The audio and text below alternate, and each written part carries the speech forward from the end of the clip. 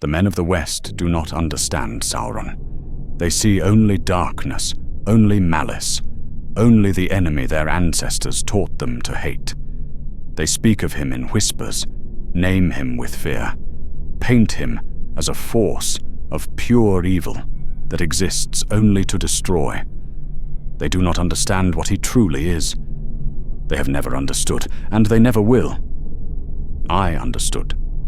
From the moment I drew my first breath, I understood what the Dark Lord was and what he offered. Not destruction, but order. Not evil, but truth. Not the end of all things, but the beginning of something greater. A dominion that would span the ages. A kingdom that would never fall. I was born in his service. I was raised in his worship. I marched to war beneath his eye, with joy in my heart and certainty in my soul. And when I stood at the Black Gate with 10,000 of my brothers, facing the pitiful remnants of the Western Alliance, I felt no fear. Only the warm assurance that victory was inevitable, that my Lord's triumph was written in the stars themselves. I am fighting there now, blade in hand, the screams of the dying filling the air around me. This is what I was made for. This is what generations of my bloodline prepared me to do. This is my purpose, my destiny, my sacred calling. Let me tell you who I am. Let me tell you what the West refuses to understand. Let me tell you what it means to serve the true Lord of Middle-earth, and why I would choose no other path. My people call ourselves the Ulairi, though the West has other names for us. Black Númenóreans, they say, spitting the words like a curse. Shadow worshippers, servants of the enemy. They speak as if these labels should shame us, as if our devotion to Sauron marks us as lesser, as corrupted, as fallen from some imagined grace. They could not be more wrong. We are not the fallen. We are the faithful. We are the true heirs of Númenor, the inheritors of the greatest civilization the world has ever known, while the traitors who founded Gondor fled their homeland like cowards, abandoning their king in his hour of glory. Our ancestors kept the faith. They remembered what Númenor was meant to become. They preserved the knowledge, the traditions, the sacred covenant with the Lord who had promised us eternity. I was born in the eastern mountains, in a city carved from living rock by hands that remembered the architecture of Armenelos itself. Our libraries held texts that Gondor had burned, histories they had tried to erase, truths they could not bear to face.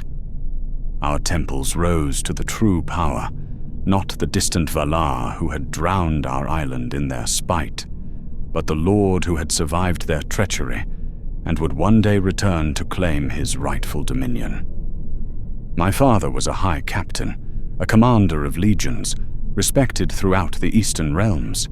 His father had held the same position, and his father before him, an unbroken line of service stretching back to the survivors of the downfall.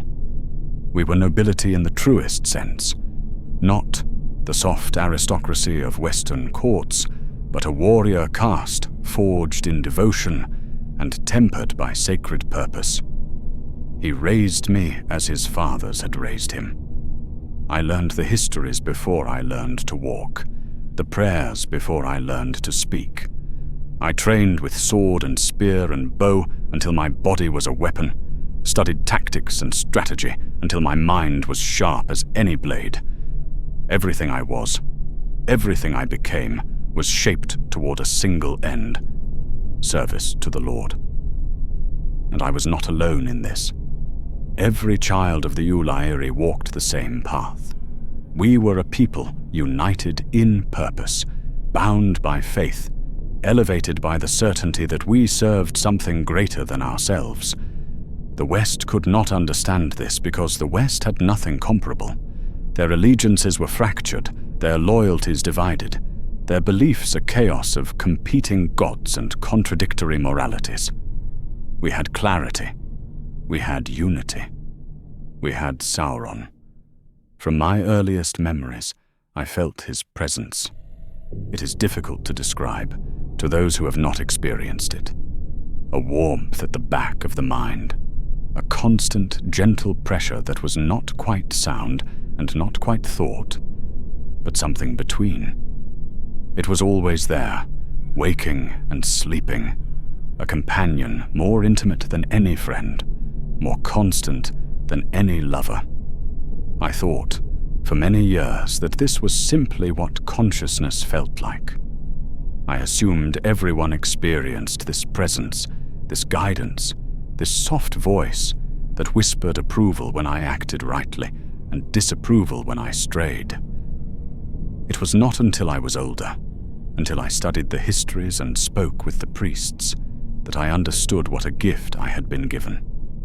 The connection to Sauron, the thread that bound all the faithful to our Lord. Through it, he could see what we saw, guide what we did, shape what we thought. Through it, we were never truly alone, never truly uncertain, never truly lost. We were part of something vast and ancient and infinitely powerful, and that belonging was the foundation upon which our entire lives were built. The West would call this control. They would say we were slaves, puppets, tools manipulated by a master who cared nothing for us. They cannot comprehend that what they name slavery, we experienced as love. The presence was not a chain, but a comfort. The guidance was not a cage, but a gift. To be connected to Sauron was to be connected to meaning itself, to purpose itself, to truth itself. I pitied those who lacked this connection, the Easterlings and Southrons who marched with us. They served Sauron out of fear or ambition or simple pragmatism. They did not feel what we felt. They did not know what we knew. They were allies, useful in their way, but they could never understand the depth of devotion that burned in Black Númenórean hearts. We were the chosen. We were the beloved. We were his, utterly and completely, and we gloried in that belonging. My father died when I was 23, killed in a border skirmish with Gondorian rangers who had pushed too far into the eastern territories.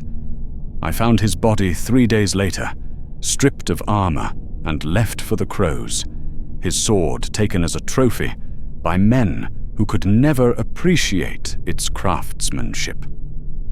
I should have felt grief. I should have wept, raged, let sorrow consume me as it consumes lesser men. But the presence was there, warm and steady, and it whispered to me of purpose. My father had died in service. He had given his life for the Lord, and the Lord had received that gift with honor. There was no tragedy in such a death, only glory.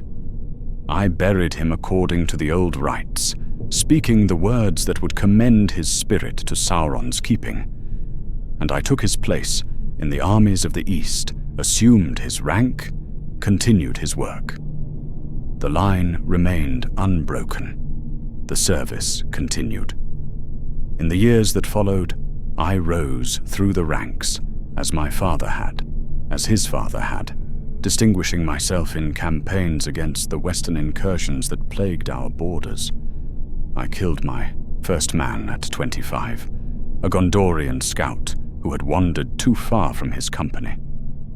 I remember the look in his eyes as my blade found his heart. The surprise and the fear and the desperate animal need to survive. I felt a flicker of something in that moment.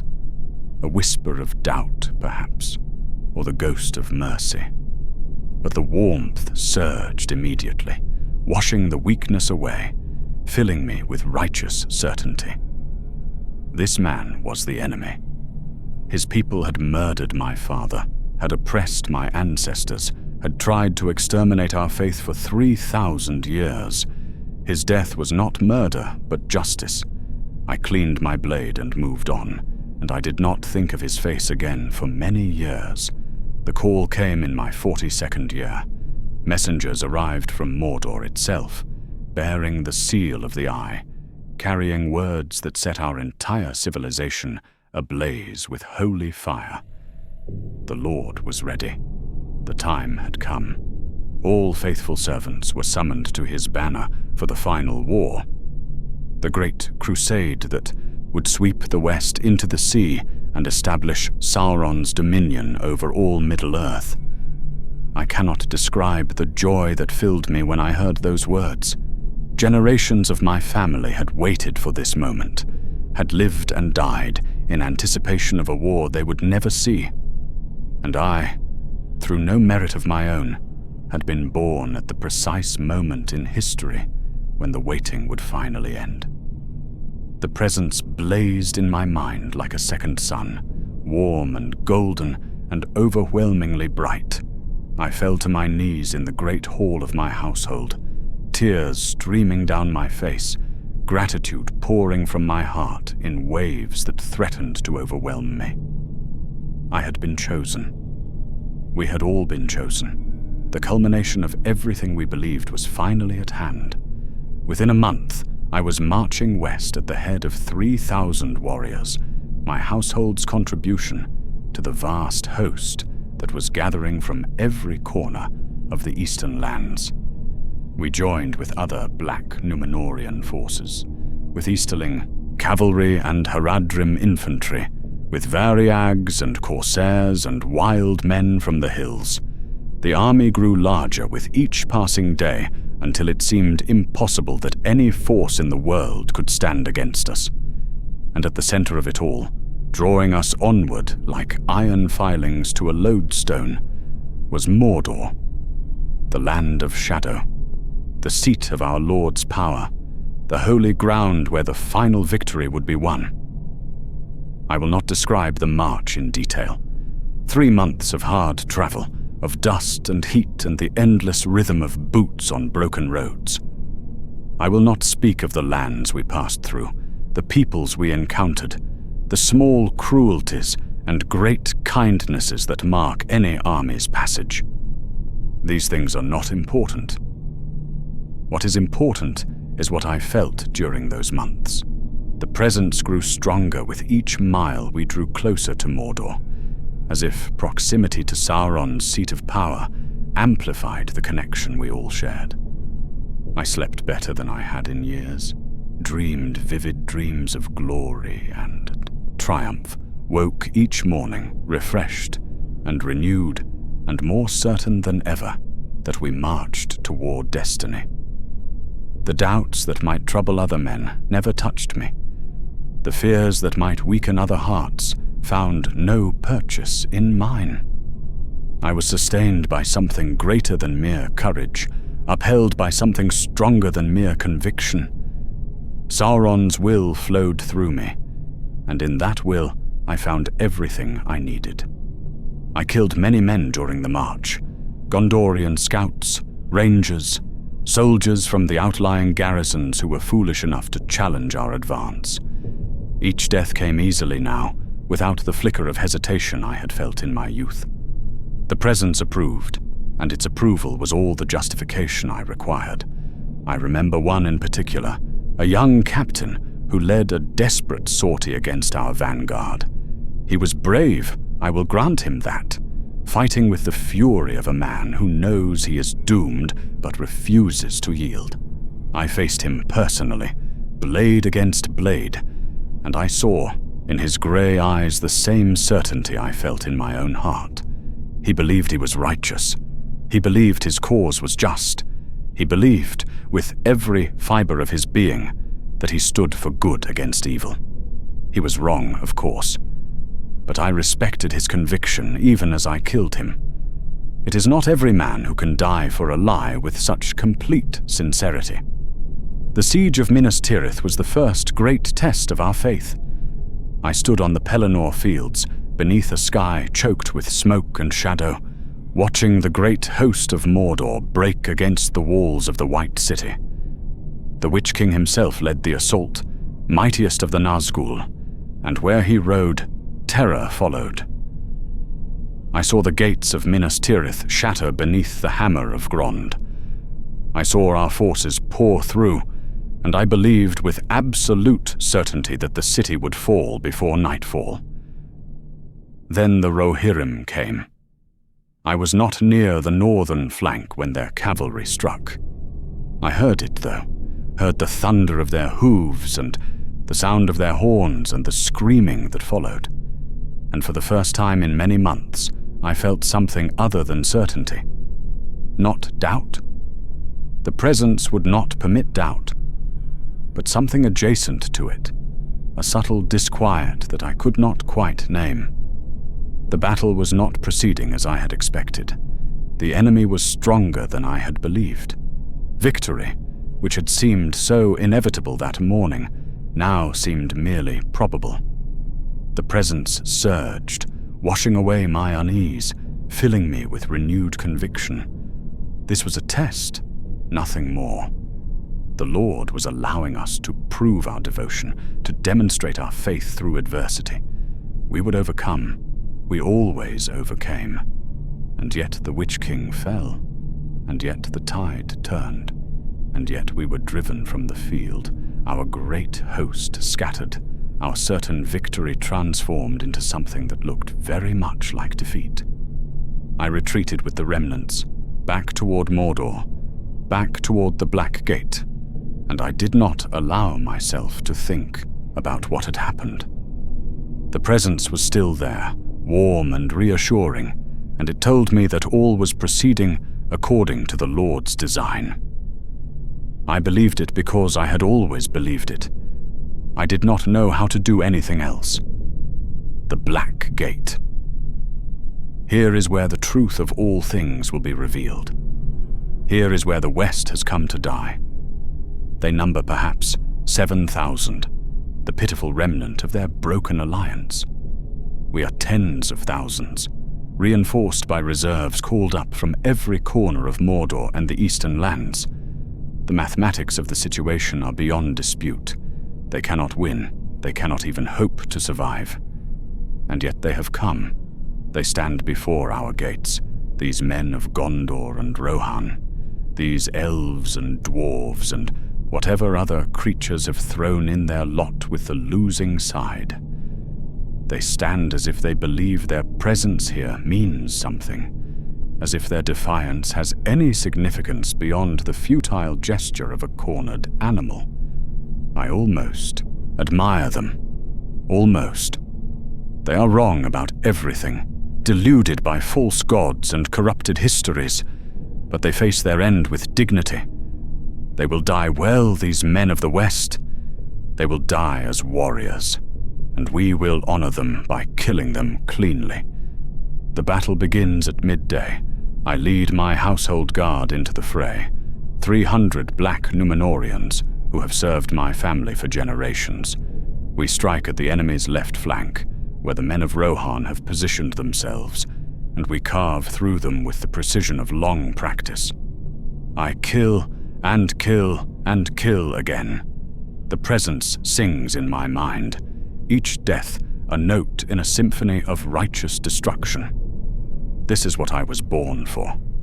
This is the culmination of everything my people have believed for 3,000 years. We are finally, at long last, completing the work our ancestors began. And then the world changes. I do not know how to describe what happens. One moment I am fighting, sword rising and falling in the familiar rhythm of combat, the warmth of the presence blazing in my mind. The next moment, something shifts. Something fundamental, something essential, something so basic to my existence that I did not know it could change. The warmth vanishes, not gradually, not gently, but all at once, like a candle flame snuffed between fingers. The presence that has been with me since birth, the constant companion that shaped my every thought and feeling, it simply stops. Where there was warmth, there is cold. Where there was certainty, there is nothing.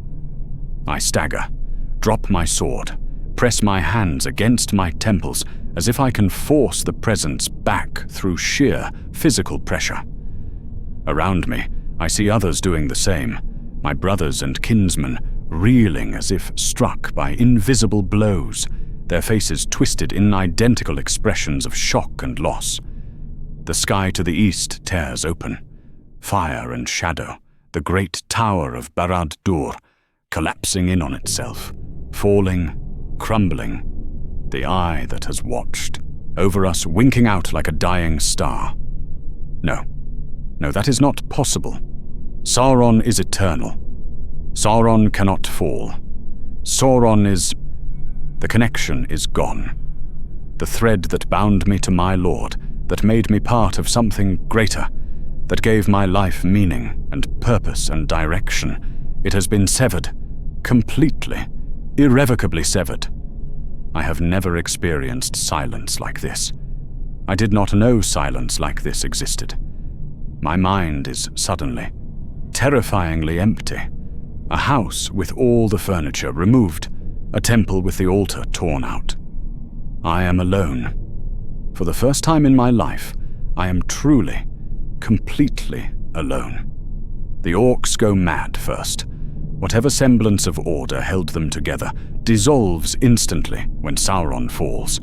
They turn on each other with mindless ferocity, tearing and biting and clawing without purpose or direction. They turn on us too, unable to distinguish between ally and enemy, driven by nothing but primal violence, now that the will that shaped them has withdrawn.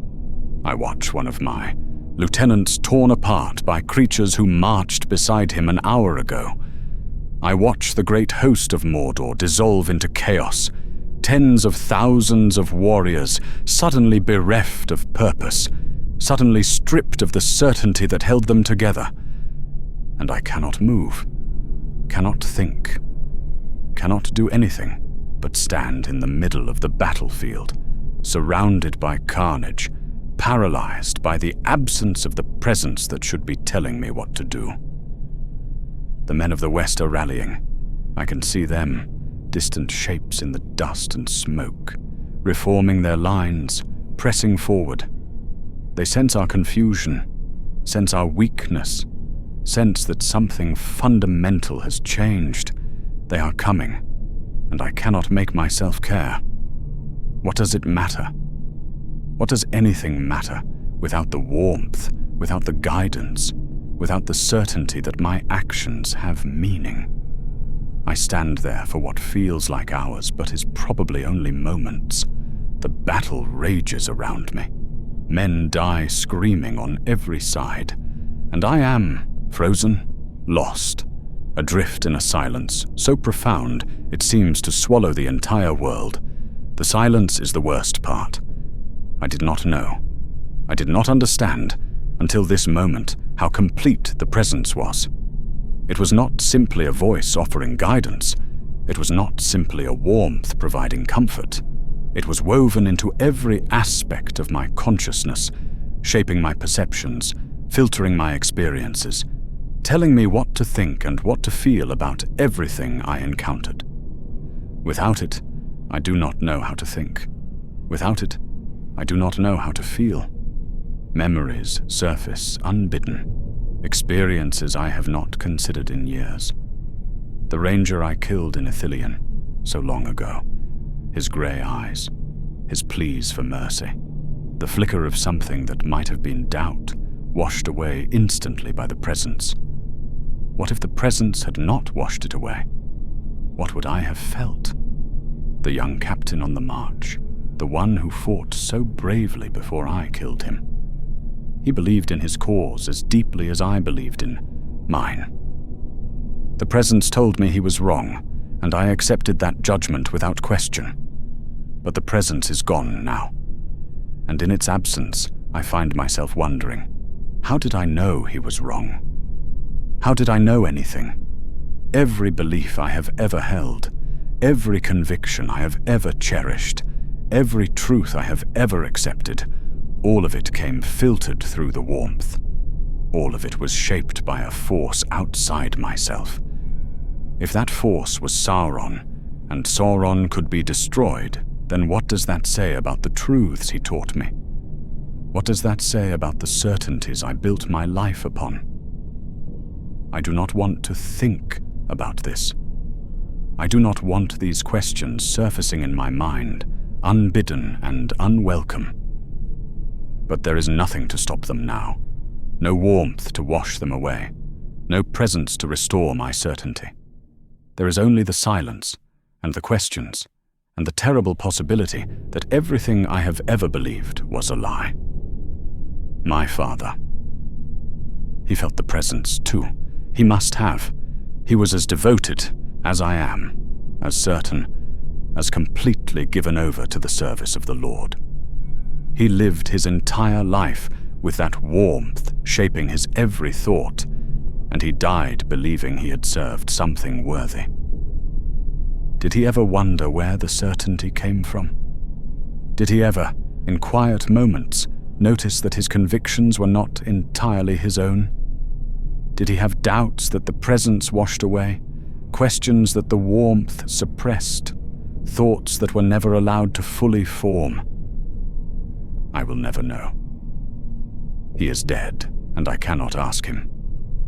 But I find myself wondering now, in this terrible silence, whether he was a faithful servant or simply a man who never had the chance to choose. Whether I am a faithful servant or simply a man who was never allowed to be anything else.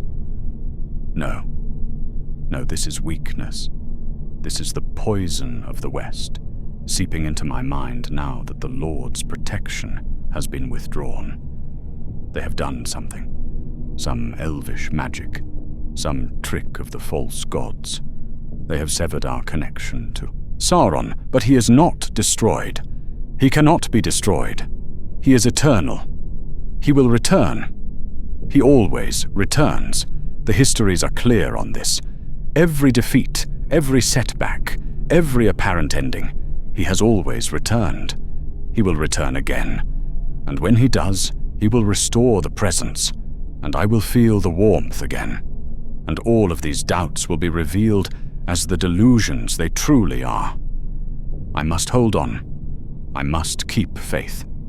I must not allow the silence to break me. A soldier of Gondor is approaching. I see him picking his way through the carnage, sword in hand, checking bodies for signs of life. He has not noticed me yet, standing motionless among the dead. But he will soon. He will see my armor, recognize my colors, understand what I am. He will try to kill me. That is what enemies do. I should prepare, should retrieve my sword, ready myself for combat, die fighting as a warrior should. But I cannot seem to make myself move. The silence has drained something essential from me, left me hollow and purposeless in a way I have never experienced. The presence would tell me what to do. The warmth would fill me with righteous fury, drive me to action, give me the strength to face this final enemy. But the presence is gone, and I do not know who I am without it. The soldier sees me, stops, raises his sword and approaches cautiously, clearly surprised to find a Black Númenórean still standing amid the chaos. He is young, not much older than I was when I made my first kill. He has grey eyes, like so many of the Dunedain, and for a moment I see echoes of every Western face I have ever looked upon. The ranger in Ithilien, the young captain on the march, all the nameless dead who fell before my blade, secure in their own convictions, never knowing they were wrong. Were they wrong? The question surfaces, and I cannot push it down. Were they wrong, or was I? How can I know without the presence to tell me? How can anyone know anything in this terrible silence where certainty used to be? The soldier hesitates. He has every right to kill me, every reason to end my life and move on. But something in my stillness gives him pause. Perhaps he sees the emptiness in my eyes. Perhaps he recognizes, in some dim way, that I am already dying inside. He lowers his sword, He walks away. I do not understand. I do not understand anything anymore. I am alone. The battle has moved on, flowing around me like water around a stone. I can hear distant sounds of combat, screams and steel and the terrible cries of dying orcs. But here there is only silence. The silence outside and the deeper silence within. I should feel something. Rage at the soldier who spared me, grief for the brothers who have fallen, fear for my own approaching death. I should feel the things that men feel when their world collapses, when everything they believed is stripped away. But I feel nothing, only the absence where feeling used to be. The presence shaped my emotions as surely as it shaped my thoughts. It told me what to love and what to hate, what to fear and what to embrace. Without it, I discover that I do not know how to feel anything at all. The machinery of my heart continues to beat, but the machinery of my soul has ground to a halt. I stand there in the silence, and I think about my life. 42 years of service, 42 years of devotion, of certainty, of the warm presence guiding my every step. I killed for Sauron. I conquered for Sauron. I shaped my entire existence around the service of a lord I believed was eternal, invincible, destined to rule all Middle-earth. And now he is gone. The tower has fallen. The eye has closed. And I am standing in the ruins of everything I believed, with nothing but questions I cannot answer, and a silence I cannot fill. What if it was all a lie?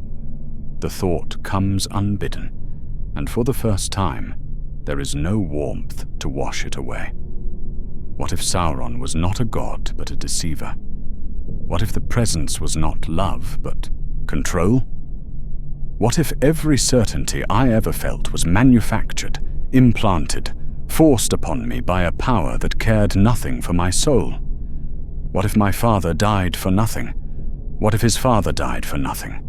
What if generations of my family, stretching back to the downfall, gave their lives and their devotion to a master who saw them only as tools? The questions multiply, feeding on the silence, growing larger and more terrible with each passing moment. I cannot stop them. I cannot answer them. I can only stand here, hollow and lost, while my entire understanding of reality crumbles around me. No, I refuse. I will not accept this. I will not allow the silence to unmake everything I am. I have served the Lord faithfully for my entire life, as my father served, as his father served, and I will not abandon that faith now. Sauron is eternal. This is what I was taught, and this is what I believe. He has fallen before, at the end of the Second Age, and he returned. He fell at the last, Alliance, and he returned. He will fall again now, and he will return again. This is the pattern. This is the truth. This is what separates the faithful from the faithless. The silence means nothing. The absence of the presence proves nothing, except that the enemy has found some way to temporarily sever our connection. It is a trick, a weapon, a desperate stratagem by a foe who knows they cannot win through honest combat. I must hold on. I must keep faith. When Sauron returns, and he will return, he will restore everything that has been taken. The warmth will fill me again. The certainty will return. All of these doubts, these questions, these terrible possibilities, they will be revealed as the illusions they truly are. This is what I believe. This is what I choose to believe. The silence whispers that I am lying to myself, that I am choosing comfortable falsehood over unbearable truth, that the questions will not go away simply because I refuse to answer them. But I do not have to listen to the silence. The silence is not the presence. The silence cannot tell me what to think. For the first time in my life, I am free to choose what I believe. And I choose faith. My sword is on the ground nearby. I can see it, gleaming dully in the grey light, waiting for my hand. It has been my companion through 100 battles, an extension of my will, the instrument through which I have served my Lord. I bend down and pick it up. The weight is familiar, comforting in a way that nothing else is right now. This, at least, has not changed. This, at least, is still what it always was. There are enemies nearby. I can see them, men of Gondor and Rohan, moving among the bodies, finishing off the wounded, securing their hollow victory. They do not know that their victory means nothing. They do not understand that Sauron will return, that this is merely a setback, that the faithful will rise again, as we have always risen. I will show them. I will kill one more before I fall, prove that the silence has not broken me, demonstrate that a true servant of Sauron cannot be defeated by the mere absence of his Lord's voice. The questions are still there, lurking at the edges of my consciousness, demanding answers I cannot give. But I do not have to answer them. I do not have to think them. I only have to act one final time, and then thinking will no longer be necessary. I raise my sword. I fix my eyes on the nearest enemy, a soldier of Gondor who has not yet noticed me rising from among the dead. For the first time in my life, I am acting without guidance. For the first time in my life, I am making a choice that is entirely my own. I choose this. I choose faith. I choose to die as I have lived, a servant of Sauron, devoted unto the end. The silence screams that I am wrong. The silence insists that I am choosing blindness over sight, chains over freedom, death over the terrible burden of truth. But I do not listen. I have never listened to anything except the warmth, and if the warmth is gone, I will simply stop listening altogether. I am charging. My legs carry me forward, my sword raised, my voice lifted in a cry that might be a prayer, or might be a scream, or might be nothing but noise. The soldier turns, sees me coming, raises his weapon to meet my attack. He is faster than I expected. Younger, stronger, uninjured, where I am battered and exhausted. His blade catches mine, turns it aside, comes around in a counterstroke I barely manage to deflect. We fight. It is not elegant, not the precise dance of trained warriors, but the desperate, ugly scramble of men trying to kill each other amid the chaos of a dying battle. I am weaker than I should be, slower, my body failing me after hours of combat and the shock of the presence's departure. He is going to win. I know this. I have known it since the moment I chose to attack. But I do not stop fighting. Do not stop swinging my blade. Do not stop screaming the name of a lord who may never have been what I believed him to be. This is my choice. This is my faith. This is who I am, who I have always been, who I will be until the very end. His sword finds my chest. The pain is sharp, immediate, overwhelming. I feel myself falling, feel the ground rising to meet me, feel the last of my strength pouring out through the wound in my breast. I am lying on my back, looking up at the grey sky. The soldier stands over me, his sword bloody, his face expressionless. He does not gloat, does not mock, does not say any of the words that enemies say to dying foes. He simply watches as I die. The silence is complete now. No sound of battle, no screaming of the wounded, no clash of steel or thunder of hooves. There is only the silence and my failing heartbeat, and the grey sky fading slowly to black. I should feel something. Fear of death, perhaps. Regret for the life I have lived. anger at the soldier who has ended me, or at the Lord who has abandoned me, or at the cruel gods who have allowed this to happen. But I do not feel any of these things. I feel only the silence, and a strange cold peace that might be acceptance, or might simply be the numbness of approaching death. The questions are still there.